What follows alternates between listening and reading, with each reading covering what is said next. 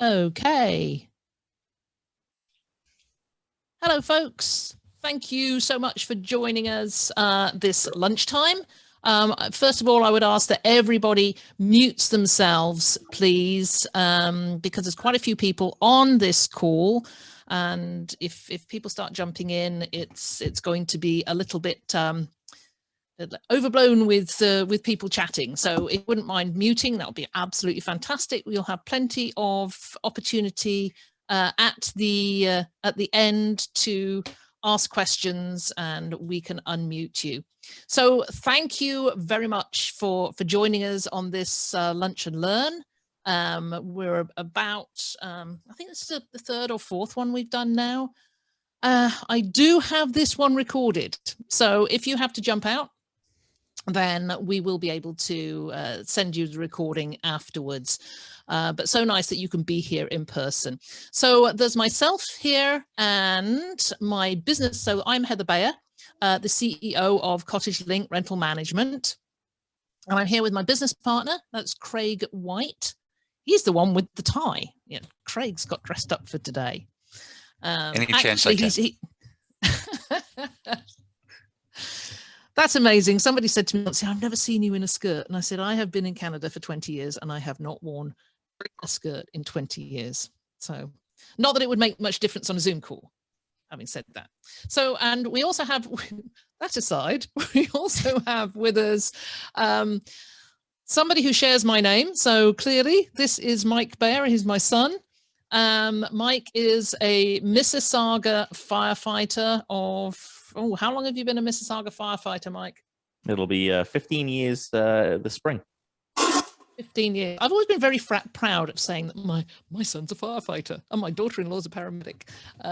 Yeah, I love having emergency service people in the family. Always very handy, actually. Mike is also a cottage safety expert, as he's going to tell you. He ran when he first came across from England, he ran a property management company in Halliburton, along with his wife, then fiance, Andrea. They ran a small property management company, became volunteer firefighters in Highlands East. And then Mike went on after that to become a full-time firefighter. And Andrea became a paramedic. So from little acorns, big trees grow, I guess. So Mike's bringing us his experience in property management and cottage safety and emergency preparedness, alongside, all the years of experience he's had as a firefighter, to share his presentation on cottage safety and emergency preparedness. So without further ado, let's move on over. Thanks very much, Mike, for joining us. I'll ask you now to share your screen and take it away. And as I say, there will be opportunity for plenty of questions at the end. This is about a half-hour presentation. Yeah, so thanks very much, and thank you everybody for giving your time today to come and hang out with us, and hopefully take something valuable away for you, your family, your cottage, and your business. Just making sure everybody can hear me okay. I'm unmuted, and just thumbs ups all around are good if you can hear me. Fantastic. Okay, so as Heather mentioned, Heather's my mum, but yes, I call her Heather. Sounds a little weird, but everybody gets used to it eventually. So for the next 20 to 25 minutes, we're just going to cover some points. I delivered this great presentation to Cottage Life Show a few years ago, and it was well received. And I think there's some really good outcomes here that you can take home, and some very simple steps that you can implement in your cottage to help not only your family, but also your guests be safer, and also to help ultimately limit your own liability. And that's the big thing about the cottage rental business, is we're always concerned about what happens when somebody hurts themselves, when something happens at our property. Can you demonstrate that you've done your due diligence? Can you demonstrate to a court of law that you have done your very best to provide a safe environment for your guests who are paying money to be at your property? So in this session today, we're going to cover some main points here. So we're going to assess your current situation. We're going to look at the cottage industry, where you're located, some of the factors that affect you, your location, your business, and what we can do to mitigate some of those factors. The most common types of emergencies, it's obviously best if you prepare for the emergencies that happen most often, and trying to, plan for the widest number of issues that you can come across. We're going to prepare your property, your family, and your community to help make everything as safe as possible, reducing your liability, especially if you're renting out, which you all are, and the 10 key elements to the cottage rental safety checklist. So that's what we're going to cover. So as Heather mentioned, my name is Mike Bayer. I don't like to say specifically I'm a Mississauga firefighter. I am a firefighter, but none of the information that I'm presenting today represents the city of Mississauga. It's a combination of experience that I've had for the last 20 years as a firefighter, because I was a volunteer before I became a professional firefighter, as well as being, as Heather mentioned, a property manager and taking care of property care and short-term rentals for many years. And in fact, I was an account manager for a period of time with Cottage Link Rental Management. So I'm very well familiar with the operations of cottages and what your key priorities are as a cottage owner. So we're not going to expect you to go and install sprinkler systems in your cottages, but we're going to come away with some really good inexpensive points. I also took the company Breezeway. It's a fantastic company, can help you with some of your organizational task with your business. They have put out a cottage rental or a vacation rental safety program. It's pretty in depth and goes through all manner of different aspects of your property, and that's what we're going to cover today, is some of these points that we went through. So the reason that cottage safety education is so important is we leave our home where fire departments and your municipality drill into you the elements of safety, emergency preparedness kit, escape plans, carbon monoxide detectors, smoke detectors. These are things that where you live, you probably receive frequent educational information about, but you don't necessarily take that with you to the cottage. For most of us, when we go to the cottage, it tends to be, you load up the car, you do all the planning and preparation to get there, to unload, and then relax and unwind. And quite often we do tend to forget to put some of these simple things in place, and also understand some of the factors that come into the fact that you're at the cottage. One of the most important things is that there is going to be an extended time for help to arrive in most cottage destinations. If you didn't know, if somebody was to go into cardiac arrest and the heart was to stop beating, you have approximately 5 minutes to deliver effective CPR and a defibrillator to actually give the best opportunity for that person to be resuscitated. Now, as you know, most paramedics most paramedics and firefighters are further away than 5 minutes from your cottage property.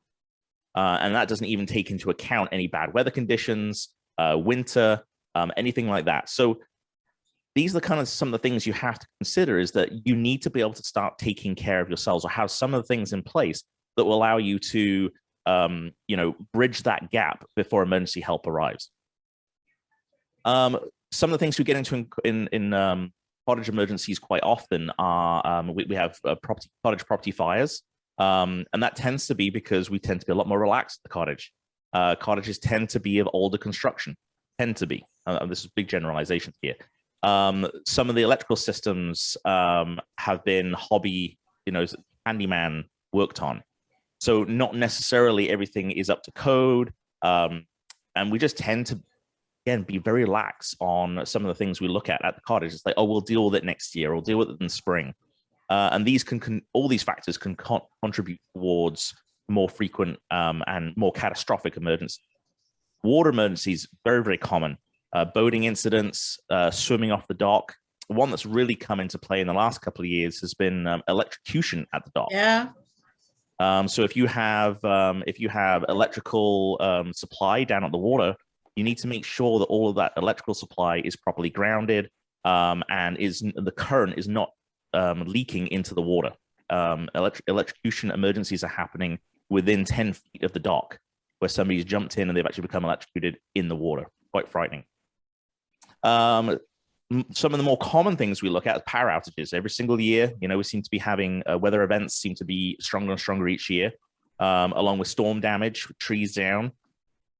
And all of these things are compounded when your local small volunteer fire departments have limited resources.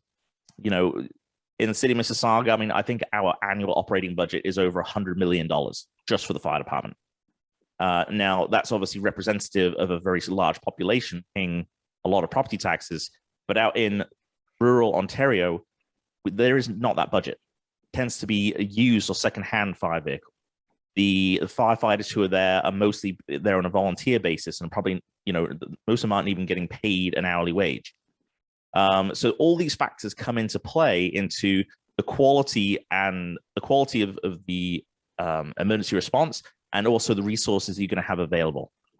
So these are just some of the factors to take into consideration when you're making the plans, your safety plans for your property. One of the things we also see a lot, and I've seen as I've gone out and I've seen many properties over the years, is just the general lack of homeowner preparation. Simple preparation and keeping on top of the safety of your cottage is paramount in helping to prevent loss of life and to prevent critical injury. One of the simplest ones I see is lack of newer or modern smoke detectors. Essentially, a smoke detector and a carbon monoxide detector are only good for 10 years. And if if you're not changing those batteries every, the clock's about to go forward next month, should be changing those batteries when you open up the cottage in the spring. Change it again when you close it in the fall. It's a very simple, inexpensive way to stay on top of your smoke detectors if they're not already hardwired. And also just keep an eye on the age. And you can see here in the image, we've got the smoke alarm on the left. You see how it's all yellowed. That's not its natural color. That's how it goes over time. And the same with the one in the middle. The discoloration is normally a good indication of an older smoke detector. So let's look at where you are right now. Let's look at your current situation. Now, this is going to be different for every single one of you, depending on the age of your property, whether or not you have just purchased it. And we'll talk about that in a moment. Is our brand new cottage owners who just bought in the last year or so. We're also going to look at, is this a generational property? Is this something that's been passed down for the last 40, 50 years and maybe hasn't received a lot of modernization? So we already talked about distance from help in terms of fire, ambulance, and hospital. So obviously, if you are going to be having a long response time for your emergency responders, you need to be taking that into consideration in terms of the scope of the things that you should have available for you in the cottage. And we'll talk about what those things are in a moment. Access to your property. Is the access maintained? How well do you maintain the fire route into your property? Your cottage association, does that play a part in how well that road is looked after and maintained? Is your property located at the bottom of a steep hill? Is a fire truck or an ambulance actually going to be able to make it into your property? If not, you need to think about widening the driveway, shoring up the driveway to ensure it can actually take a vehicle of any kind of weight. These are things that a lot of people don't think about. You buy this cottage and it's the best thing ever, and you can get your little SUV in there with 4-wheel drive. But what about the emergency responders who need to get in there and get close to assist you when you're in that dire moment of need? The occupants of your property. This is more geared towards people who are not renting, because obviously as when you're renting a property, you're going to have people of all ages, from very young to very old. If you have friends or family that have properties, and maybe you have even elderly relatives, what limiting factors do they have because of their age that limit their ability to escape from a property, for example? So if you have a second story to the home and only one stairwell inside the property and all the upstairs windows is a long drop down to the ground, if there is a fire on the first floor, how does somebody escape from the second floor? And we'll talk about that a little bit more as well. The actual structure itself, you're looking at its location, age, condition. This is kind of counterintuitive to what most people believe, but modern brand new properties are actually more dangerous and burn faster than older properties. The systems that are in older properties are more dangerous and more likely to cause fires than in newer properties. So if you can kind of figure that out, essentially older systems like electrical, if you have your old knob and tube and copper wiring inside your property, that is more likely to cause electrical fire. However, the building itself will take longer to combust. especially if you have older furniture and older furnishings, which I'd imagine most of you, if you're renting, are probably new and updated. Older furnishings such as wool, cotton, and wood, they actually don't burn as fast as these newer furnishings, which are essentially solid forms of fuel.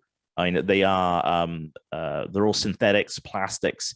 They burn a lot hotter, a lot faster, and the smoke that's given off from these modern furnishings are actually much more highly toxic than they ever have been, which limits the amount of time it takes for you, or limits the amount of time you have to escape from your property. Things to take into consideration when you're planning things like an emergency escape plan and means of egress for people in the property. And then lastly, your utilities. What utilities do you provide? Now, you would expect that with your utilities, things like gas, if you have, the big 500-pound propane cigar-shaped tank that sits by the property, you're thinking, that's great. Well, somebody's installed that. It's a TSSA standards. What's fascinating is I've been to several properties where things like the regulator blow-off valve. So every regulator, if there's an overpressure of the regulator, there is a place where it can burp. And that is supposed to burp into the exterior. And I went to a house last year that actually burped into the crawl space underneath the house. So you can just imagine, the safety issues. And that was specifically an owner who had bought the property without a home inspection. And I'll touch on this now, is that if you purchased a home in the last year or two in the crazy buying phase, I would highly recommend, if you have not yet had a home inspection, get one done for your own peace of mind. Because what I found in several properties, which were owners who desperately wanted to rent, they bought properties at over asking price. They knew that they would have to rent, meet their mortgage payments, that they just jumped into rental without actually considering all the property systems and how that's going to be managed while they have guests. And as I said, some of the safety things I saw were actually quite worrying in terms of, trying to pack as many guests in as possible into a property that wasn't set up for it.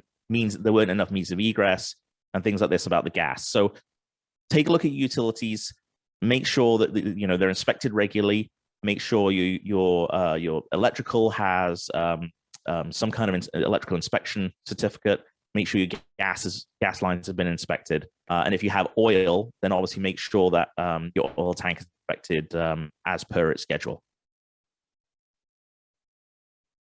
So the common types of emergencies we see may not surprise you, but there's one or two here that are kind of surprising. The number one thing that you want to cater for, and the one that happens most commonly, is a basic medical emergency. And you'd be surprised at how many cottages are not providing first aid kits. It's as simple as that, is, being able to provide a means of taking care of a minor or major trauma injury where somebody is bleeding a lot, being able to take care of that quickly with a kit that is supplied and easy to find. And that's the main thing, is it's not buried in the crawl space under the house. It's not tucked in the the first aid kit is not underneath the sink. If you think about your property as it is a business it's a business, and it's a commercial form of accommodation. So you should be doing everything in your power to make sure that the people who are coming to stay, who are not familiar with your property, it'll take them a few days to get familiar where everything is. Things like emergency equipment is easy to find. Things like fire extinguishers and first aid kits should actually be mounted out in the open for people to find easily. And if you don't have a space to mount them out in the open, at least have signage to show them where they are. Now, I know that's a bit, it kind of can take away from the decor. It can take away from the fact that you want it to be in like a nice, cozy cottage. However, I would not be surprised in the next 10 years you begin to see legislation stating there has to be exit signs in cottage rentals, because you are going to start to see legislation changing in the rental space over the next few years as liability and as they start to legislate cottage rentals more and more. So it's not a bad idea to be ahead of the curve. Anyway, so back to the emergencies. So medical emergencies, trauma, cardiac, and drowning are the three main injuries we see at cottage properties. We've got poison oak. We have, you can imagine some of the most common issues you have. So have those kits ready and available. Cardiac, know how far away your local volunteer fire department is, know how far away the paramedics are. Fire department will carry oxygen and a defibrillator and will be trained to do CPR. But the more advanced medical personnel is coming from EMS. and EMS is spread much further afield. The other thing to consider, I mean, this is not a high priority, but where is the nearest open space? Is there an open space within your cottage association? Should there need to be an air ambulance needs to land? If there isn't, why not talk to the cottage association about finding a spot where you can clear some trees and actually have a nice flat level area of more than 200 feet in all directions where a helicopter could land should there be a critical emergency in your area. Some of the things to think about. Power outage. This is very, very common. We'll talk a little bit about the emergency kit that you can have for power outages, and be mindful of ice. If you're renting through the winter, then to many properties where they're not providing any form of ice salt or shovel to keep the driveway and the decks clear. If somebody slips and falls because of ice and there has been nothing provided, and during the turnover, nobody took the time to actually ice or clear any of that snow and ice, you could be leaving yourself open to a liability claim. Fire emergencies, a lot of these are very preventable. Barbecue. Ensure that your barbecue is kept well away from anything combustible. So keep it away from railings and make sure there's no overhang above your barbecue. So don't have it tucked in. You know, if you think it's going to be nice to have it tucked in over the overhang of the roof because it keeps the rain off, you know, you want to make sure you got at least 6 to 8 feet above that barbecue should there be a barbecue fire. You have to take into consideration a lot of the people coming and renting your cottage may have never used a barbecue before.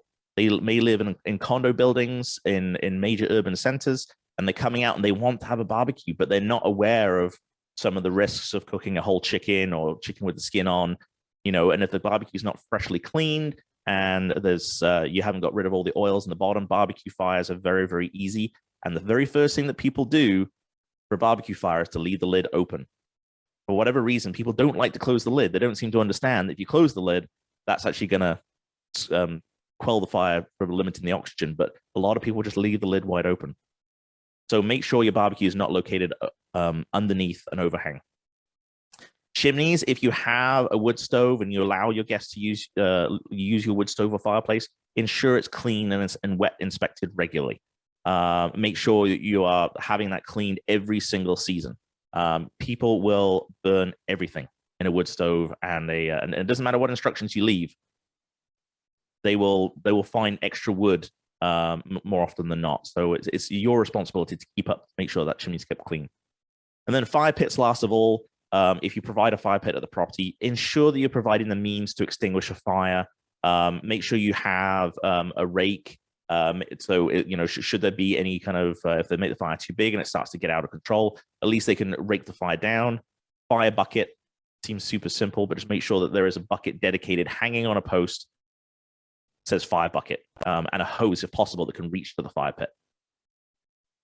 System failures. So failures with your gas. So if you have a furnace or anything that burns fuel in the property, there is the risk of carbon monoxide leaks. And especially if you don't have those serviced and inspected regularly, that leaves you open to issues with carbon monoxide poisoning.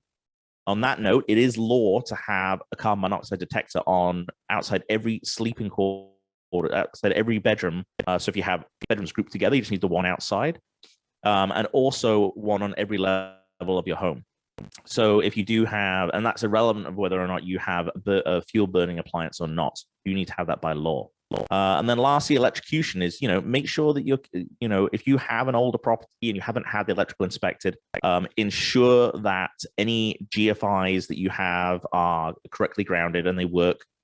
Ensure that anything that's located near to a water source, like in the bathrooms, in the kitchen, make sure those outlets are not in a place where they can be easily grounded out because of water getting into the electrical outlet. And as I mentioned earlier, electrocution at the waterfront. I cannot stress this enough. If you have any form of electricity at your waterfront and you've not had that inspected, I would make that first on your to-do list for the spring, is to have an electrician come out and ensure the electricity going to your waterfront is grounded and is correctly insulated. And then lastly, construction failure. Again, handyman central. We love to do it. We go to the cottage, we go and we do jobs ourselves. And if you are not certified or qualified to look at construction loads, how decks and docks are built and secured, I've seen too many decks now that are not secured to the actual building, because we try and get away with it, right? Because if you secure the deck to the building, now you need a building permit.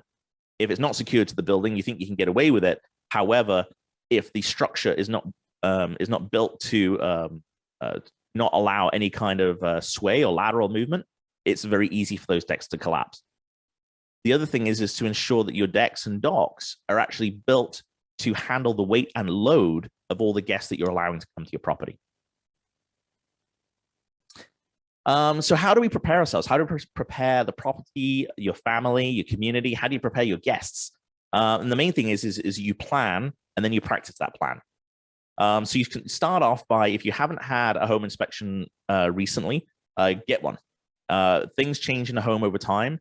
Your home inspectors are fully licensed and insured, and they will be able to give you a good rundown of the systems and the condition of different things in the property. Have a safety inspection. Currently, myself with Cottage Rental Safety, we are gearing up for the 2022 season, and we hope to be out this spring to do inspections on properties if you're interested in having an inspection done. And then get your utilities inspected. As I mentioned before, chimney, propane, electrical, get those trades in and have them inspected. And so that way you can limit your liability. You can say, I have had a certified professional come in and put a sticker on those utilities and been given the thumbs up. Other things you can do to prepare. So, I mean, you can scale the amount you spend here quite significantly. So let's start with, ensuring your smoke detectors are up to date. They're no less than 10 years old. And you have one in every level of the property. Same goes for smoke, carbon monoxide detector.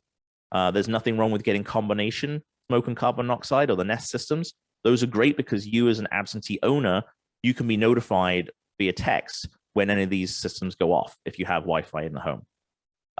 Get yourself fire extinguishers, and not the little spray cans from Costco. You need to make sure you have at least a 5-pound ABC combination dry chemical fire extinguisher and mount it close to an exit in the home. This is not necessary for the protection of your guests, but if there is a small fire that they are able to put out with an easily accessible, working, and charged fire extinguisher, it could save your property. And that's a huge deal. So have it available. Your guests could be the people who help save your home. Make sure the information for your guests is readily available. The emergency safety card. I know Cottage Link provide these to you as owners. And this is purely to make sure your guests who are not familiar with the area know exactly how to call at a glance. This needs to be out in the open, not tucked away, so people can see easily. So if it's 911, that's great. There are still some areas in Ontario that don't have 911 where you still have to call a local number. The emergency number for your vet, the emergency number for the agency or property manager, and your address. That's the biggest thing. Is a lot of people, if you have multiple guests coming, it may be only the lead renter actually can remember the address. And this day and age of Google Maps and navigation, we just follow what the phone tells us to do. To make sure the address is visible. Not listed on here actually, but on that note, make sure that your address is clearly visible from the road. So if you have a 911 number, ensure that 911 number is it sticks out on its pole, it's not obstructed by trees, is clearly visible. It would not be a bad thing to put additional signage with a larger number. So if an ambulance drives past your property because they didn't see the number on a fire route, think about how long it takes for them to turn around, if they can even turn around if they go past the property. I can't stress that enough, but you're making your address clearly visible is very important.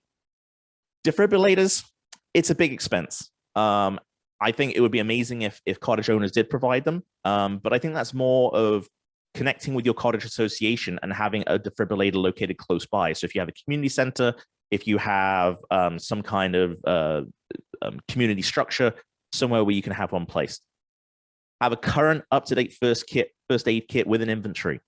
Zip tie the zips. So once it's been inspected, make sure it's an easy breakaway zip tie. So if it's been on your turnaround, if the zip's been broken, super easy to know that somebody's been in there and you can go and check the inventory. Have a 72-hour survival kit. This is really important these days with frequent bad weather events in the summer, is people will very easily become trapped at your property. If they haven't gone out and provisioned for enough food and enough water, should there be trees down across roads and the power's out so the pump doesn't work, do they have enough water and do they have enough food to survive at your property until somebody else comes to either clear the road or help get them out? Generator is a big expense. Again, if you are at the end, if you're typically out of power, when you're out of power, it's for a long period of time. You're going to know if you've had the property for a while, if that tends to happen. If you tend to be on one of those offshoots of the power grid, really good idea to invest in a generator. Generator's too expensive for you, then look to get a couple of battery power packs that people can charge their cell phones so they can communicate out of the property should their batteries die on their phones. We talked about the 24-hour kit. These you can buy on Amazon. You don't have to spend hours and hours on this. You can go into Amazon, 72-hour kit for however many people you provide in your property. Keep it in a tote that has a Ziploc on it. And again, nobody should be opening that unless they absolutely need to use it. And you can even say that there is a charge if it's been open for any other reason than an emergency. And again, here you can place one of those battery packs in there for cell phones. So at least it enables people to communicate out, because most of us don't have landlines anymore. So preparing your family and guests, I mean, you can go down the rabbit hole in this one in terms of how to prepare. But as I mentioned earlier, super simple things like if you have a second story on your property and only internal stairs to get down, consider having an escape ladder in bedrooms. Escape ladders you can buy from Home Depot or Canadian Tire. You literally smash out the second story window and the ladder hooks onto the window. Normally it's a rope ladder essentially, but allows people to escape if they're trapped on the second floor. You can actually have those built in as well to the wall below the window. Emergency plans. Not a bad idea to include an emergency escape plan in your cottage guide to indicate to people where the best place is to exit the home, if they're on the first floor, the basement, the second floor. Just some things for them to talk about. And again, that's not a bad page to add in your cottage guide, is some of the conversations that should be had when people arrive, whether they read it or not. You know what guests can be like, but at least you've done your due diligence to provide it and give them the best means of helping themselves. Preparing your community. This is more something that you can look at over time. Maybe your next cottage association meeting. You might want to talk about, having, somebody come in and do first aid lessons for your cottage community. Maybe have a presentation from your local fire department on how to make your property more safe. Maybe the community wants to buy a fire pump. Again, if you are, 20, 30 minutes away from your nearest fire truck and they have limited resources, maybe you want to buy a fire pump that you can run down to the lake and then have some training on that. Again, defibrillators. And the one on the bottom right there is clear cutting. So this is something they do a lot in Northern Ontario, is if you are in a very wooded, forested area, it's not a bad idea to have some form of what's called an urban-rural interface, I think is the term. It's just ensuring that you're keeping trees away from your property, keep them back. So should there be a forest fire event, then you're at least doing your best to keep those trees and those natural combustibles back from your property to allow a bit of space to limit the possibility of that heat encroaching onto your property. So you're doing all this to limit your liability. I mean, you're never going to remove your liability. There's always going to be that present, and that's why you have cottage rental insurance, or at least I hope you do. I have spoken to cottage rental insurers in Ontario, and they say, surprisingly, there's been very few claims over the last few years, which is good. Either cottage owners are doing a great job, or cottage renters are just having a nice, safe time. But that doesn't stop the possibility of something happening, and really a liable case doesn't happen until something bad has happened. So don't wait until something bad happens before you start making your property safe. Show your due diligence and document everything you do. And then at least then, if you ever have to be in court to defend yourself, you have some evidence to show that you did your best. So lastly, the 10 key elements of the cottage safety checklist. So we talked about the address markers. So arrival for not only your guests, but emergency services, is you want to make sure that your address is visible and that it's color contrasting, so it doesn't blend into the background. So don't have a green sign if you're on a fire route. Make sure it's color contrasting and if possibly light reflective. Ensure there's good exterior lighting. Have a motion sensor that will turn on the exterior lights when people arrive. And that's going to be good to ensure that there's less likely a trip and fall of people arriving. Stairs, decks, and railings, make sure they are all up to code. Make sure that they have been inspected and that they're in good condition. Make sure you do your due diligence on your yearly maintenance to ensure that any rotten stairs, any rotten boards, any nail heads that are popping out of your deck, make sure you're taking the time to ensure that those have all been secured. The waterfront, we all forget about this. We may provide PFDs for canoes and kayaks and paddle boats and things like that, but that's great. But it's not a bad idea to include some static life-saving equipment that stays at the shore. So things like life ring, throw lines, even a boat hook or a rescue hook. These are great things to provide and have them mounted. Again, you've done your due diligence. Hopefully they won't get misused. And again, you can zip tie them. So if they have been zip tied with breakaway ties, somebody's used them, and you can throw a charge if that's what you choose to do. Boat safety equipment, obviously, whether it's motorized or non-motorized, ensure your boat safety equipment is checked regularly, and it should be checked between every single guest. So whoever's doing your turnaround should have a safety equipment checklist. Secure access. You want to make sure that obviously the property can be secured. So when people are at your property, they can lock the doors, they can lock the windows, and make sure that all of those devices are operational. If somebody breaks into your cottage and is harmed in any way while your guests are there and you haven't provided secure locking, that could be an issue when it comes to court of law. And more importantly, that also is if you provide a tub, if you provide a hot tub or a pool, ensure that security is there. The hot tub lids need to be secured down with a lock to ensure that kids can't get in there unattended, and the same goes for the pools. Emergency safety card, we mentioned that to make sure it's clearly available. It's not tucked away in a drawer. Either get a magnet put on the fridge or have it displayed for your guests on the table. Fire alarms, detectors, extinguishers, make sure they are checked between every single guest. I know we talk about checking in the when the clocks go forward and clocks go back, but that's a really good one to check. It's super easy. It's a 30-second operation on every turnaround. First aid kit, we talked about that. Make sure it's stocked, easily available to everyone. Ideally, if you can mount it so it's not hidden away. And again, use those breakaway zip ties. It's very easy just to check it's there and the zip tie is still there, and you can move on and check the next thing. Chemicals. This is a big one that we tend to forget. Cleaning chemicals, chemicals for the hot tub. Make sure they are out of reach of children. Don't keep things at ground level, like under the sink. Always a good idea to actually put them into even like a little plastic toolbox that could be locked shut and put away. There's still a high level of poisoning for children and animals when they come and stay. So if you accept pets, make sure all of any rat blocks, anything that you're using for pest control is put away so you don't have an inadvertent pet emergency. And lastly, the briefing. So if you have your family to stay, you have friends who are staying with you, just give them, I know it sounds a little over the top, but give them a 2-minute safety brief on where everything is when they get there. Your guests, if you call your guests, welcome them to your property, that's great. And you can just do that 2-minute safety brief over the phone. If you don't call your guests, make sure that you actually provide a little safety book, a little binder that goes out, safety for the property, for all the things they need to know. That's it. That's it from me. I know I rushed through a lot of that. That's why we have the recording, and I will open this up to questions. I am just going to unshare my screen if I can find my mouse. There we go. And we can hit on with the questions. But I can't see them now.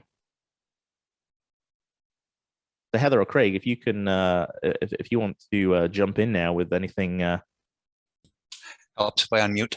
Yes, we do have a question from Lucy, who's asking, does a home inspection not cover off a safety inspection? No, not really, because a home inspection focuses on the property structure and the systems in the property. So a safety inspection, a home inspector will note the fact that there are smoke alarms or smoke detectors, but they may not go into the depths of actually taking it off the wall doing a check to ensure that they're actually functioning. The same goes with, they won't even look at any fire protection equipment. So if you provide a fire extinguisher, they won't check that fire extinguisher to make sure it's, you know, it's rated, it's suitable for your property, to ensure that it's the right type of extinguisher, things like that, and the fact it's been inspected. There are a couple of elements that, as I said, they generally focus on the structure and giving you an idea of anything that needs to be fixed with the structure or with the utilities actually attached to that structure. So Harish has raised his hand, but I can't see how to unmute him, Craig. Harisha might have to unmute himself.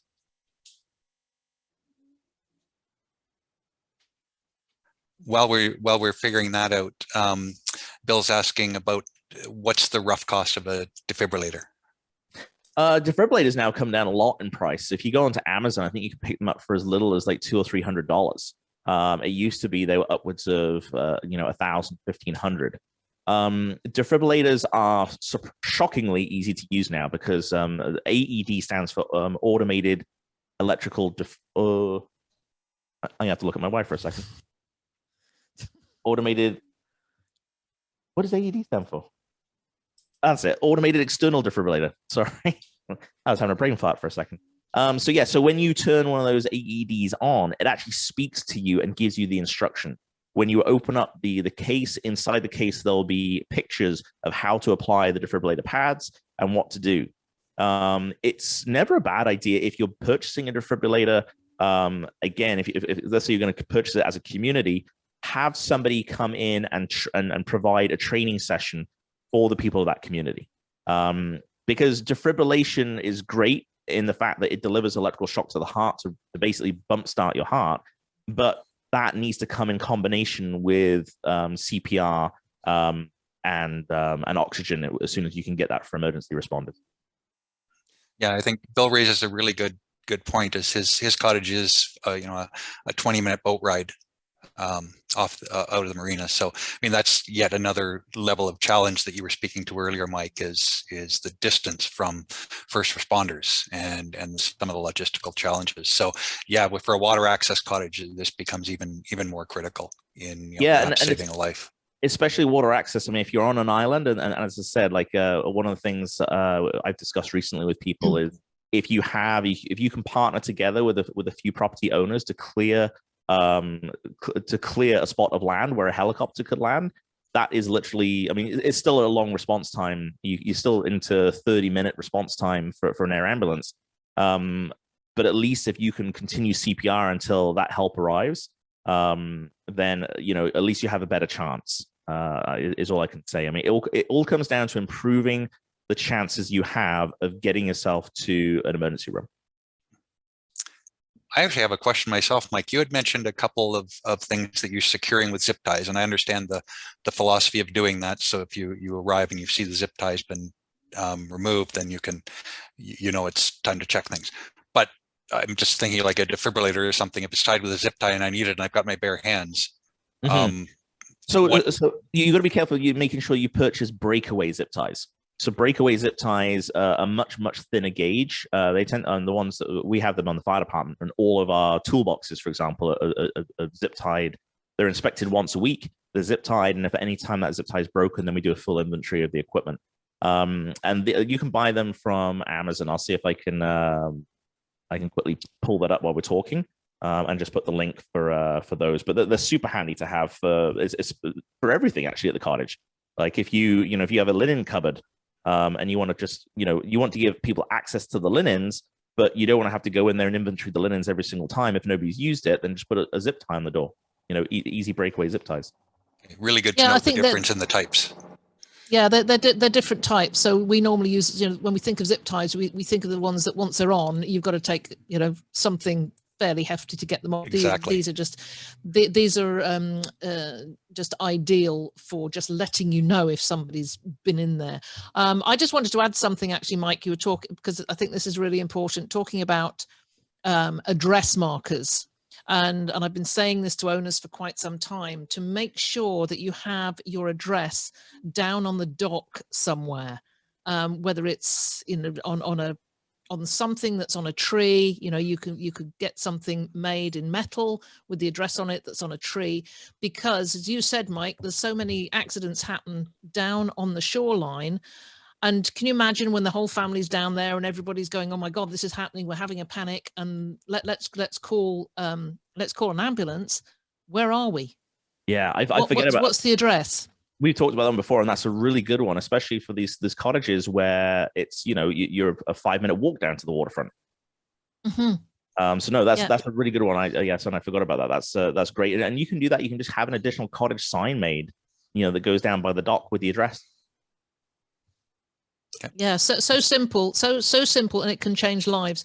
I want to just tell a quick story about something that happened in a cottage earlier this year, and we supplied all our cottage owners with a card with a QR code that goes. So if you hover over that QR code, it goes directly to an emergency page on our digital cottage guide, which gives all that information.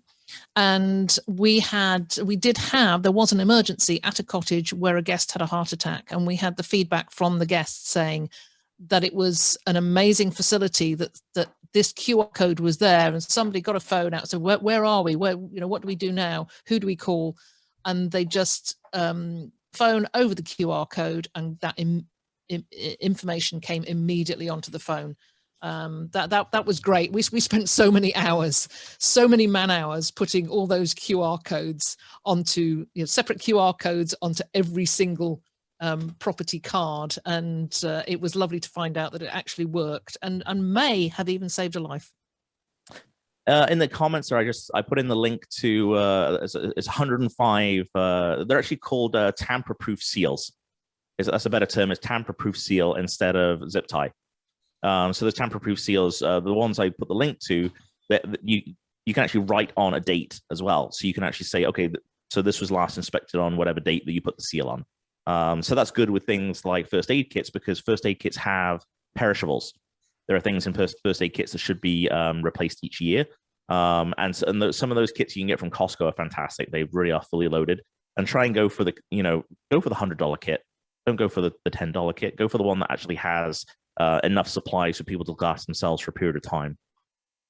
Just on location, one of the biggest challenges for emergency responders in rural areas is location. So 911 signs have got really, really good, but if you're out, let's say you have guests who are out hiking, and somebody falls and breaks their leg, or they're out away from the property, they don't really know where they are. And they do have phones. Yes, we all have our phones with us. But sometimes it's difficult for somebody to give, a GPS coordinate. Most people don't know how to do GPS. There is an app out there, or it's not an app, it's actually a system out there called What 3 Words, which is becoming more and more commonly used. And most dispatch centers understand that if you give a What 3 Words address, they will be able to pinpoint where you are. I think it's within 15 feet. So what 3 Words is the entire planet has been divided up into a grid. And basically using the vocabulary of the English language is that you can pinpoint yourself using a combination of only 3 words. And that makes it very, very easy to get information across telephone, especially if you're in an area that has spotty cell phone reception. So everybody, I'd recommend checking that out. It's good for you to include some information on that in your property. And it's also good for people to just know that generally. I love What 3 Words. I think it's just fun just to go onto What 3 Words, find your own property, and as I say, it's they're grids of 3 meters. I think 15 feet meters, and you can move around, and it as you move this little grid around your property on the map, it'll give you the 3 words for each grid. So you just choose your favorite 3 words. But if you were very, very remote, and you call the emergency services, and all they want are those 3 words, and they will be able to identify where you are to within 15 feet. So so just to go through some of the questions. So Karen asked, is there anywhere I can get basically a handout for this? I mean, this is being recorded, and I'm sure Heather and Craig will send out the recording to everybody. Safety inspections, we did that. Defibrillator.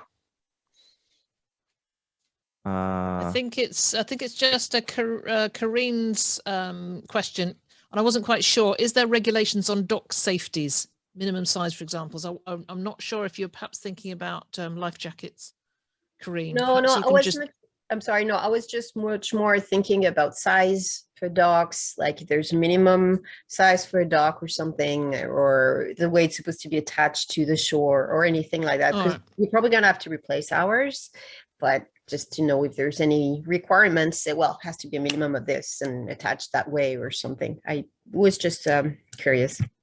I think so the factors you have to take into consideration is what's the load going to be on the dock, and also you have to look at, is it going to be a floating dock or is it going to be a dock that's mounted to a frame? The best recommendation for that is actually contact a proper dock building company, have them come out and check your location, and for them to even just give you a quote just by talking to those guys. I mean, they are more than happy to give adequate safety information as to this is how many people we're renting to. We have 10 people. There may be 10 people on the dock at any time. They will be able to give you an idea on what your ballast will need to be to accommodate that weight limit on the dock, and whether or not you need floats, whether or not you need styrofoam. That kind of information is probably best from a dock company. The other thing a dock company will be able to do is they should be aware of any local bylaws that pertain to the type of dock and the way you install it, because there may be restrictions depending on the environmental impact. So you need to know what those are as well, in addition to the safety factors. Makes sense. Thank you very much. Yeah. There was one thing I did want to add, and this is from experience.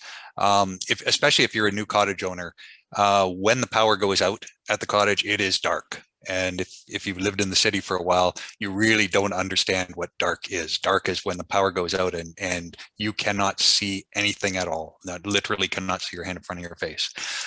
So there's power outage kits, but if the power outage kit is, say, in the utility room and everybody in the group is in the living room, stumbling and finding a room is not that easy. So it's really good idea to have one of those, just a working flashlight in each room that's readily available, that can be grabbed and picked up and used to take you to the next level of figuring out what you're going to do in the power outage. But so the first thing that you need to be able to do is have just a little light, and it's really important to be able to find that. I've come across this product which is absolutely fantastic. It's a super easy fix. I just put the link in there into Amazon. It's for your outlets. You can replace the plate cover on the outlet, and it actually has built into it a downlight. So as soon as it recognizes the power has gone off, all the downlights on those plates come on. If you think about how many outlets you have around the house, that provides a lot of light for your guests. Now, they're not cheap at $30 each, but at the same time, it's one of those things you won't have to worry about again. Yeah, that is brilliant. I will make. I was going to say I'll make sure I do a list of all these things that you've mentioned with these sites, Mike, and get that out to everybody who registered for this.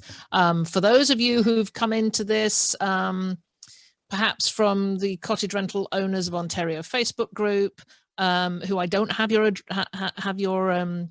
email address, I'll go back and message you and ask you for that. That's okay. You don't have to give it to me, but if you do, I'll send you this information. Actually, I just come across it as a four pack for $30. A lot more reasonable. Oh, that's great. I'm going to get those for my home. Yeah, many of these things are now becoming cheaper and widely available in the last 2 years. If you haven't looked at it in a while, it's worth going back and looking over, especially your outlets and switches and things like that, to make sure you're up to date. Well, we're just coming up to the top of the hour, folks. If we've got time for one more question. Mustafa, I was wondering, are there any regulations on the number of people that you can rent out to at a time? How do you decide the ideal amount of people that your cottage can fit? I love this question.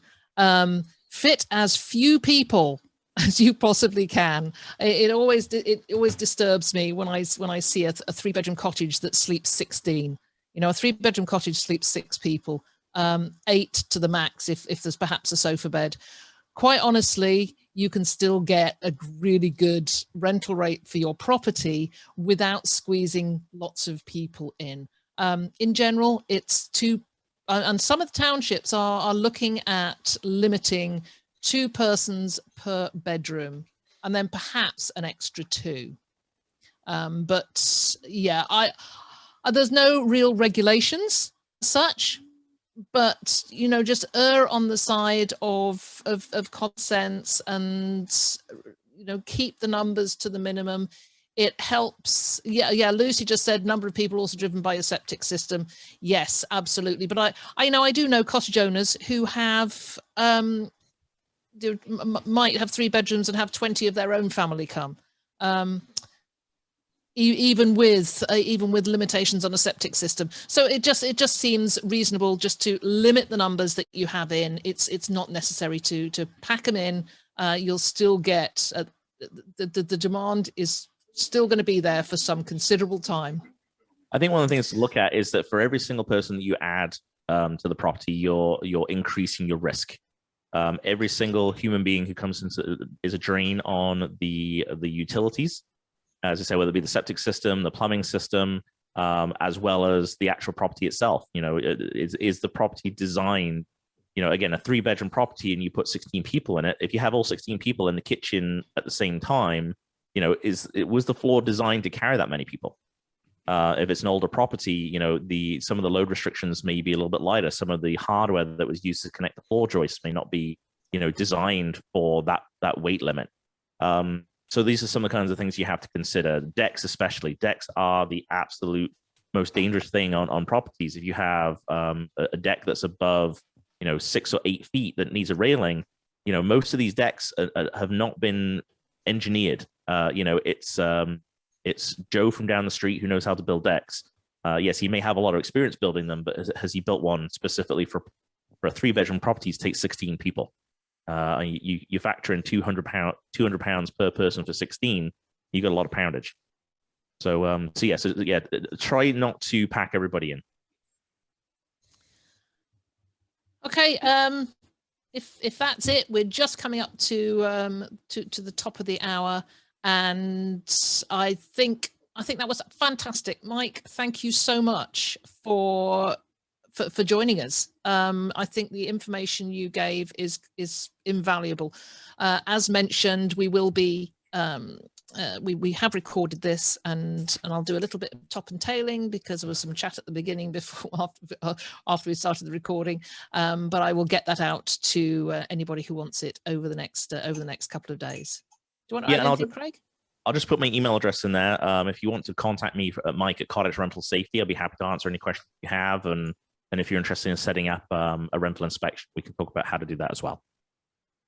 Yeah, certainly like to add my thanks to Mike and thanks to everyone who's attended. It's great to see everybody out. Thank you very much, and have a great afternoon.